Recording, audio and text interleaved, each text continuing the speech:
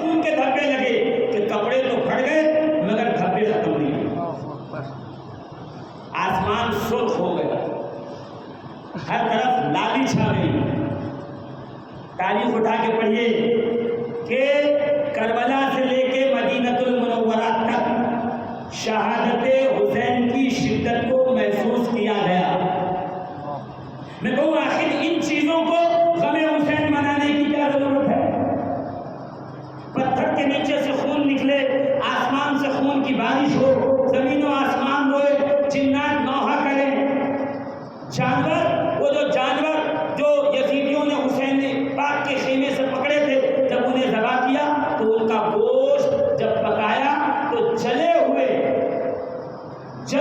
روئی کی طرح اس کا مزہ تھا، اور اس میں گوشت کا مزہ ہی نہیں تھا. کیوں؟ غم حسین میں اونٹوں کا گوشت خاک ہو گیا. آخرکار حسین کا غم ان چیزوں کو کیوں تھا؟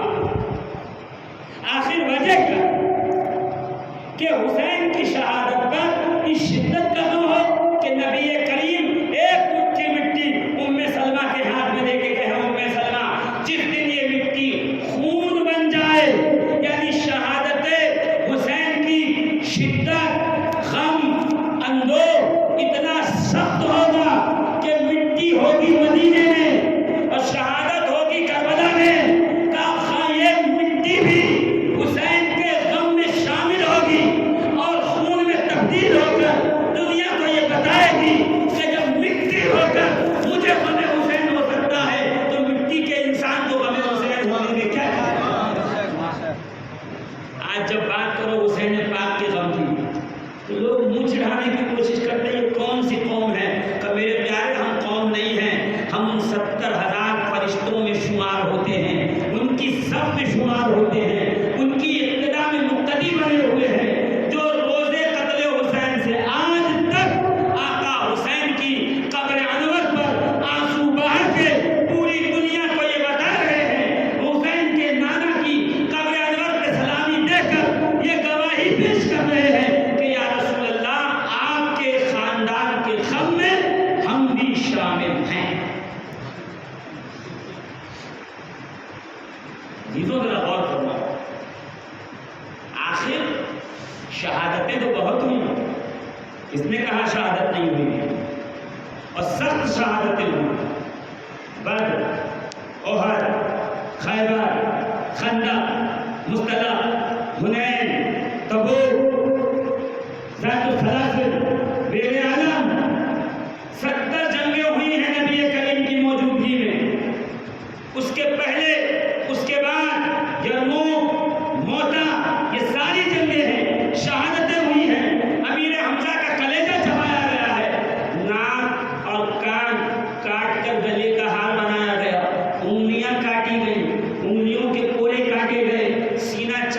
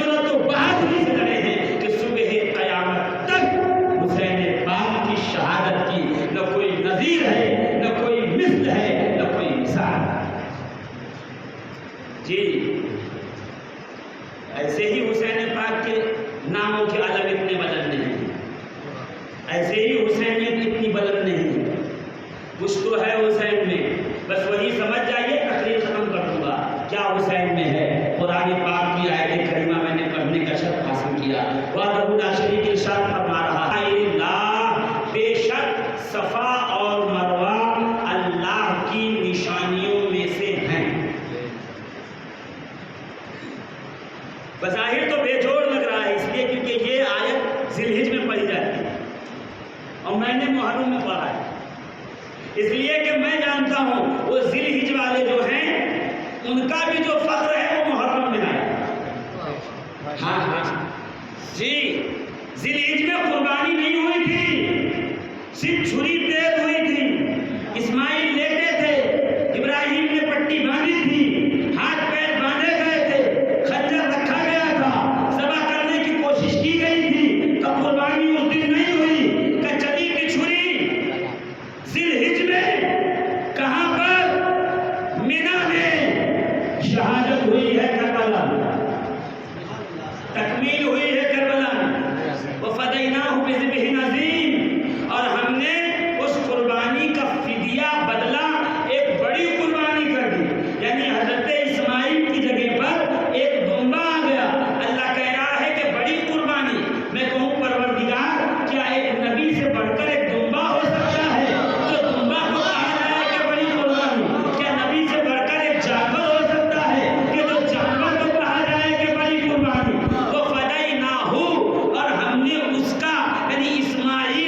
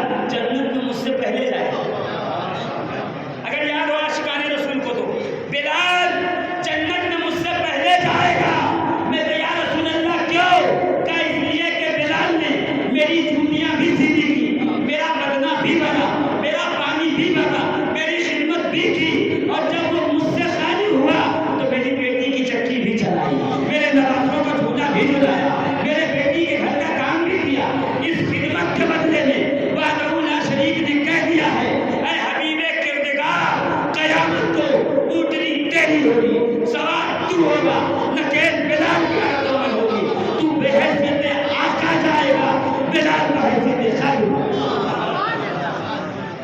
خادم بننے سے آدمی مخدوم بنتا ہے۔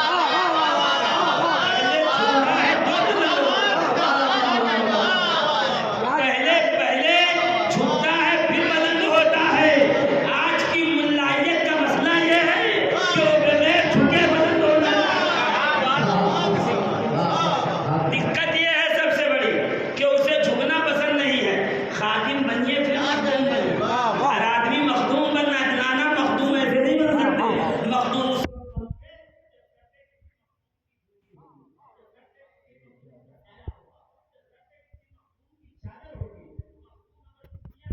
تو پھر گھر بنا دیتا ہے، مخدوم اگر جوتیاں دے دے تو معروف کرسی بنا دیتا ہے، مخدوم اگر جوتیاں دے دے تو سری سختی بنا دیتا ہے، مخدوم اگر جوتیاں دے دے تو جنید بغدادی بنا دیتا ہے، مخدوم اگر جوتیاں دے دے تو بہلول تانا بنا دیتا ہے، مخدوم اگر جوتیاں دے دے تو گنجے شکر بنا دیتا ہے، مخدوم اگر جوتیاں دے دے تو مجدد الانصاری بنا دیتا ہے۔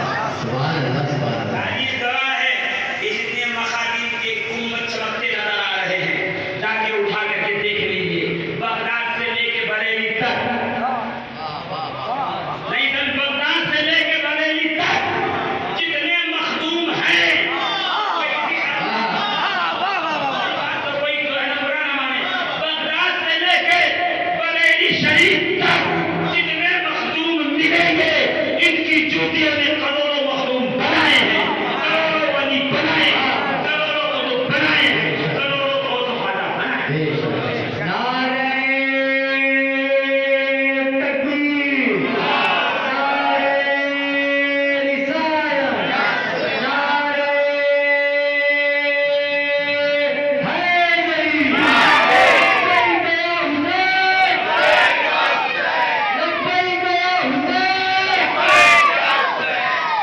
عزیزو، یہی تو عرض کر رہا تھا کہ مسجد نبوی ہے، سرکار منبر پہ تشریف فرما ہے، سامنے سے دروازہ کھلا، حسن و حسین دوڑے ہوئے آئے۔ اچھا کیسے دوڑے ہوئے آئے؟ سر پہ امامہ ہے، کاندھے پہ زلفیں ہیں، جسم پہ سرخ لباس ہے، مطلب ابھی تک فتویٰ شریف نہیں آیا کہ کون سے رنگ کا پہننا ہے، کون سے رنگ کا نہیں پہننا ہے۔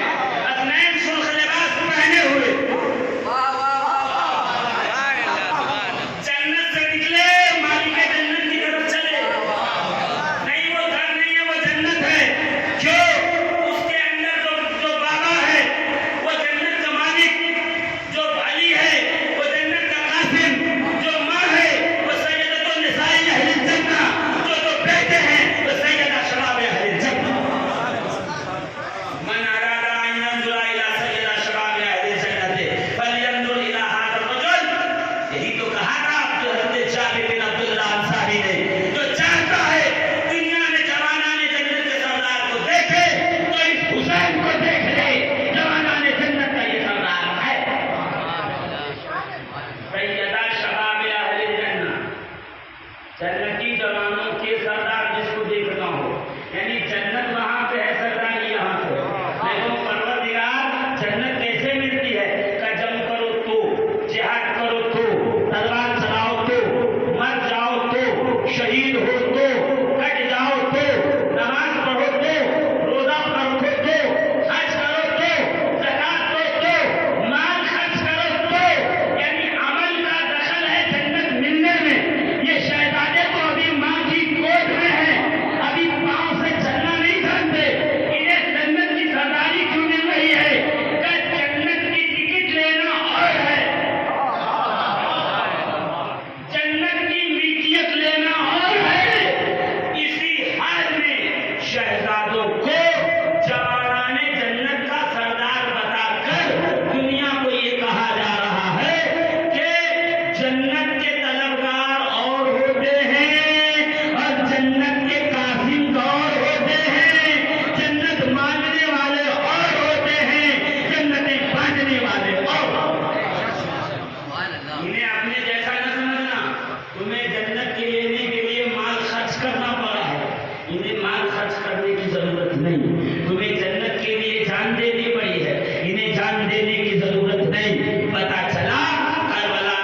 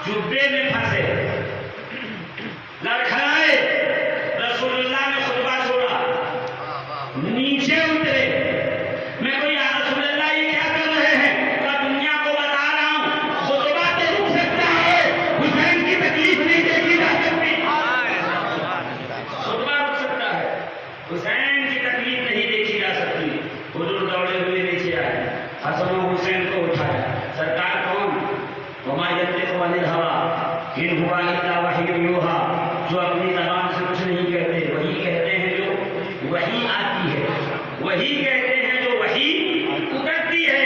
حضور اپنی مرضی، اپنی من، اپنے پسند سے کوئی بات نہیں کرتے، وہ کرتے ہیں جو رب آپ کو بتاتا ہے، جو رب آپ کو سکھاتا ہے، جو رب آپ تک پیغام پہنچاتا ہے۔ یعنی وہاں سے حسین چلے ہوں گے، ٹھیک ہے، سمجھیں گے تو تقریر سمجھاؤں گا، ورنہ واقعہ بتا کے ختم کر دوں گا۔ دیکھیے گا رسول اپنی مرضی سے کچھ نہیں کرتے، کہتے کرتے اللہ جبریل کے ذریعے سمجھاتا ہے، حضور اب ایسے کرنا ہے، وہاں سے دروازہ کھلا ہوگا، وہاں سے سدرات جبریل اڑے ہوں گے، یہاں حسین دوڑے ہوں گے، وہاں جبریل آئے ہوں گے، یہاں حسین لڑکھڑائے ہوں گے، یہاں جبریل نے کہا ہوگا یا رسول اللہ حسین گرنے نہ پائے، چھوڑیے تقریر، چھوڑیے آیت، چھوڑیے بات، چھوڑیے نصیحت، چھوڑیے۔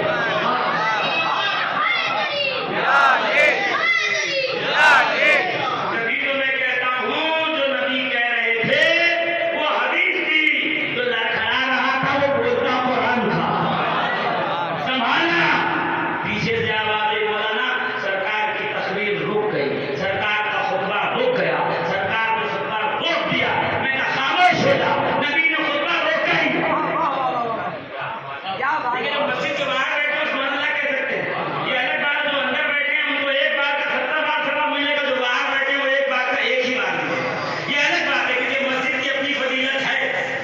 میں یہی تو کہتا ہوں جو میں مٹی سے بنا ہوں، جس میں میرے گنگا کی مٹی ہو، جس میں میرے زمین کا بالو لگا ہو اور میرے زمین کی اینٹ لگی ہو، میرے کا پانی لگا ہو، مسجد کہہ دو تو 70 گنا ثواب بڑھ جائے۔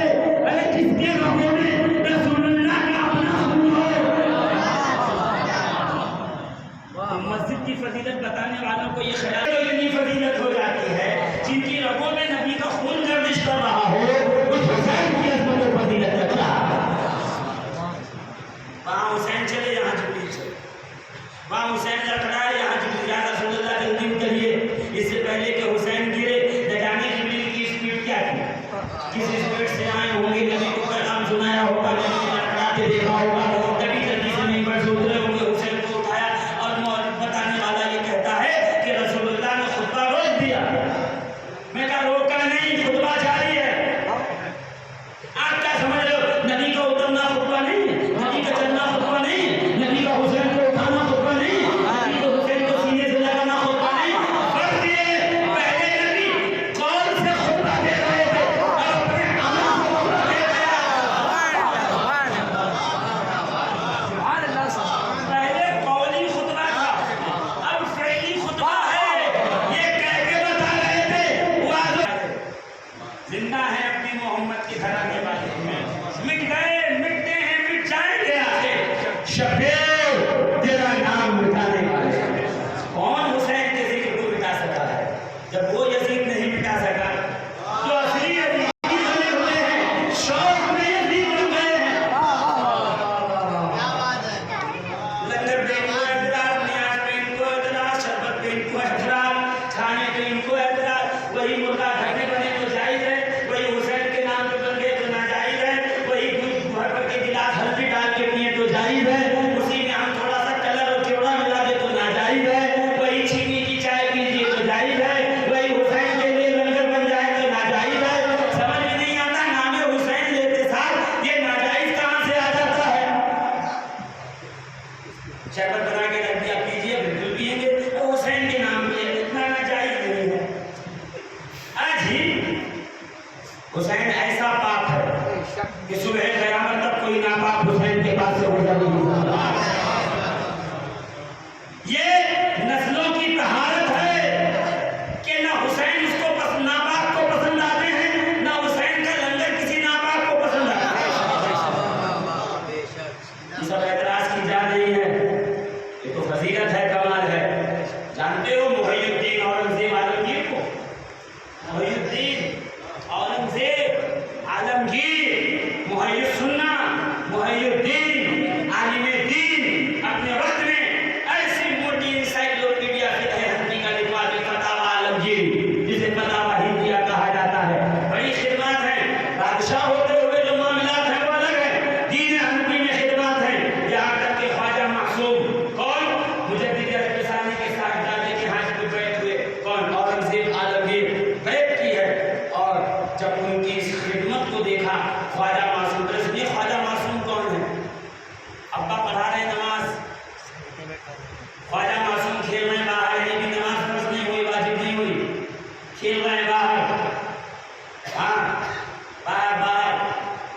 لکھتے ہیں کہ جب سب نمازی باہر نکلے تو کیا دیکھا؟ ایک طرف ڈھیر لگا جوتوں کو، ایک طرف لگا ہوا ہے. لوگ تھوڑا پوچھے بیٹے یہ کیا ہے شہزادے؟ کہ یہ دوزخیوں کی چپلیں ہیں، یہ جنتیوں کی چپلیں ہیں، یہ دوزخ والوں کے جوتے ہیں، یہ جنت والوں کے جوتے ہیں. یہ نہ لینے دوزخ والوں کی ہے، نہ لینے جنت والوں کی ہے. کہا اچھا ابھی جلدی سے آئے، مجدد صاحب نے چھڑی دی، اس سے سارے ملا دیے. خبردار ایسا نہ کرنا، جو راز اللہ نے راز رکھا اس کو دوسروں کو ظاہر نہ کرنا، دوسروں کو خبر نہ دینا، کسی کی عیب نہ اچھالنا.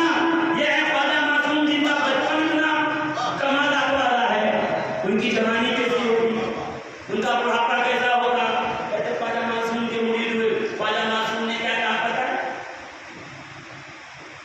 خواجہ معصوم نے کیا لقب دیا؟ محی الدین اورنگزیب عالمگیر کو ایک خاص لقب سے نوازا. ہاں کیا کہا؟ دی پناہ اورنگزیب. اورنگزیب وہ ہے جس نے ہندوستان میں فقہ حنفی کا انسائکلوپیڈیا لکھوا کر دین کو پناہ دے دی. تو جو ایک کتاب لکھ دے وہ دی پناہ ہو جائے.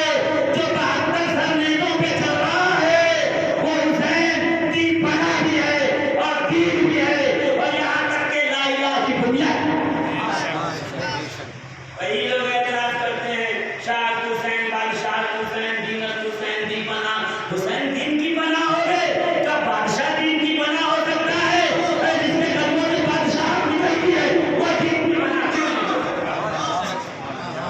اورنگزیب عالمگیر کے جب انتقال کا وقت آیا، اٹھائیے احکام عالمگیری صفحہ نمبر 81. اورنگزیب عالمگیر نے وصیت لکھوائی کہ میری موت کے بعد، انتقال کے بعد اس فقیر سراپا تقصیر گنہگار معاصی سے پر کو امام حسین کے روضہ اقدس کی چادر انور کے اندر لپیٹ کے کفنایا جائے، پھر دفن کیا جائے. اس لیے کہ مجھ جیسے گناہوں کے سمندر میں ڈوبے ہوئے کو اسی دروازے غفران سے نسبت ہوگی، تب جا کے میرا پاپ لگے گا.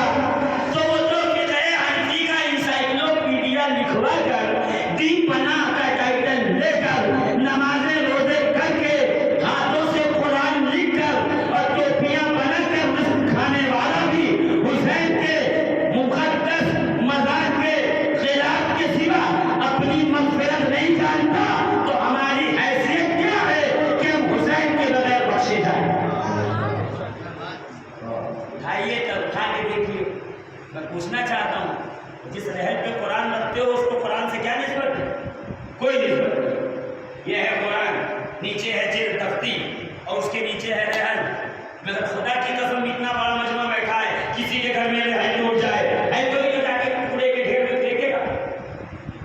نہیں. کیوں؟ کہ چولہے میں توڑ کے رحل جلا دو تو آواز آئے گی خبردار یہ بدتمیزی نہ ہونے پائے. کیوں؟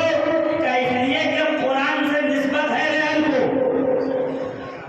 کیونکہ قرآن رحل پہ رکھا گیا. ارے جس گدی پہ پیر صاحب بیٹھ جائیں منیر اسے چھو رہا. جس رحل پہ قرآن رکھا جائے اس رحل کو ہم اور آپ چھو رہے. کیوں؟ کا وجہ یہ ہے نسبت سے شے ممتاز ہوتی ہے. یہی کپڑا ہے، گلے میں ڈال کے پورا دن کوئی چھونے کا نہیں. اور اسی کا کل اگر میں دے کر کے غلاف قرآن بنوا دوں تو ہر قرآن اٹھانے والا پہلے غلاف کیوں چھوم رہے ہو؟ تو قرآن سے لپٹا ہوا ہے اس لیے چھوم رہا ہوں. میں کہا یہ غلاف قرآن سے لپٹا ہوا ہے، حسین نبی کے سینے سے لپٹا ہوا ہے، حسین نبی کے پشت پہ بیٹھے ہوئے ہیں، حسین نبی کے کانوں پر نسبت سے شے ممتاز ہے. مسجد کی ڈیوٹی لگی ہوئی ہے کوئی جو یہاں سے نکال کے گھر میں استعمال کرو. مسجد میں کارپیٹ بچھا ہوا ہے کوئی جو یہاں سے نکال کے گھر میں استعمال کر دے. حرام.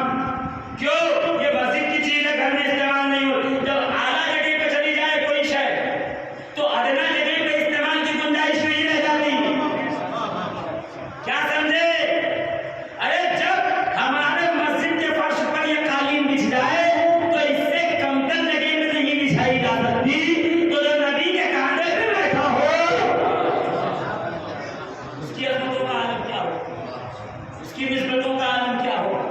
اس کے فیض کا عالم کیا ہوگا؟ عزیزان محترم، اسی لیے میں عرض کرتا ہوں اور میں کہتا ہوں کہ نسبتوں کا خیال رکھیے. قرآن نسبتوں کا فیضان بتا رہا ہے. ان الصفا والمروہ من شعائر اللہ، بے شک صفا اور مروہ اللہ کی نشانیوں میں سے ہیں. ختم ہو گیا. صفا مروہ جانتے ہیں؟ جتنے لوگ ہیں یہاں سے نکلنے کے بعد گوگل بابا کو کہیں گے کہ صفا اور مروہ دکھائیے، صفا اور مروہ، تو اس پہ دکھائے گا. دو چھوٹی چھوٹی پہاڑیاں ہیں، چھوٹی چھوٹی، بہت چھوٹی. ان الصفا والمروہ من شعائر اللہ، بے شک صفا اور مروہ اللہ کی کائے میں سے ہیں، نشانی میں سے. یا اللہ، ہمالیہ پہاڑ نشانی ہوتی تو سمجھ میں آتا بہت اونچا ہے.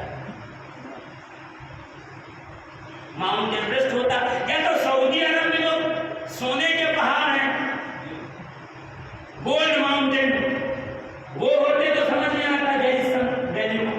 یہ پہاڑ دو چھوٹے چھوٹے کہ یوں چل جائے یوں اتر آئے، یوں چل جائے یوں اتر آئے. بس اتنا ہی ہے. جیسے مسجد کی سیڑھی سے سمجھ لو دگنا ہوگا جتنی نیچے سے مسجد کی، بس اتنے اونچے، اس سے اونچا نہیں. اب تو اے سی لگ گئی ہے، کولر لگ گیا ہے، ماربل بچھ گیا ہے، جگہ جگہ ٹوٹیاں لگی ہیں، پانی بھریے، پیجیے، دھوئیے، وہاں پہ دعا پڑھتے رہیے. جب حضرت حاجرہ آئی تھی، نہ ٹوٹی تھی، نہ پانی تھی، نہ اے سی تھی، گرم تب وہ لخت صحرا تھا اور حضرت حاجرہ وہاں پہ کھڑی تھی اور بچے کو لٹایا ہوا تھا کعبۃ شریف کے جو ہے بچے کو وہیں پہ جو ہے وہ جگہ پر چھاؤں بنا کے لٹا دیا اور جلدی جلدی اوپر چڑھی صفا پہ. کوئی یاد نہیں رہا ہے پانی مانگو. پھر نیچے آئی دوڑ کر بیٹے کو دیکھا، پھر مروہ پہ چڑھی، کوئی یاد نہیں رہا ہے. بار بار چڑھ رہے. اللہ کہہ رہا ہے ان الصفا والمروہ من شعائر اللہ، بے شک صفا اور مروہ پہاڑی اللہ کی نشانی ہے. شعائر یہ ہے پلورل، بہووچن. شعیرۃ کا شعیر کہتے وہ نشانی جسے دیکھ کر اللہ یاد آئے، اسے کہتے ہیں شعیر. شعیر کی جمع ہے، پلورل ہے، بہووچن ہے. شعائر، صفا اور مروہ اللہ کی نشانیوں میں سے ہے. کیوں؟ کہ اس لیے کہ میری رضا کے خاطر. حضرت ابراہیم خلیل اللہ نے چھوڑا اور چھوڑ کے جانے لگے. پیچھے سے حضرت حاجرہ نے کہا میرے شوہر نامدار کہاں چھوڑ کے جا رہے ہیں؟ حضرت ابراہیم مڑے نہیں بلکہ ایسے سامنے دیکھتے ہوئے جواب دیا اللہ کا حکم ہے حاجرہ اس لیے جا رہا ہوں. اتنا سننا تھا. حضرت حاجرہ نے کہا پھر اللہ حافظ. میری مائیں بہنیں اگر سن رہی ہیں تھوڑی توجہ دیجیے گا.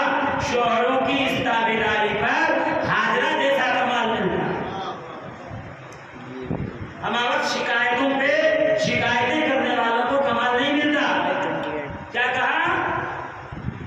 یہ اللہ کا حکم ہے. پھر کہا کہ اللہ کا حکم ہے تو خاموش ہو گئی. پھر اللہ حافظ جاؤ، اللہ حفاظت کرے گا. کہا اللہ کی رضا میں راضی رہ کر بچے کی پیاس کو دیکھتے ہوئے ننگے پیر دوڑی تھی صفا مروہ پر. کہ جہاں جہاں حاجرہ کے پیر لگے قدم، اللہ نے کہا من شعائر اللہ، یہ اللہ کی نشانی ہے. مٹی کا پہاڑ اللہ کی نشانی. کیوں؟ کہ ایک ولیہ کے قدم لگ گئے اس لیے بن گئے اللہ کی نشانی.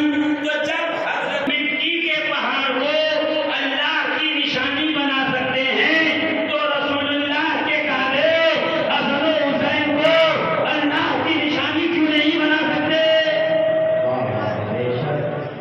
بھئی حاجرہ کے قدم پتھر اور مٹی کے پہاڑ کو اللہ کے شعیر میں سے بنا دیں تو رسول اللہ کا سینہ، میرے اور آپ کے سینے میں نبی کے سینے میں فرق ہے. میں سانس لے رہا ہوں کوئی فرق نہیں پڑتا.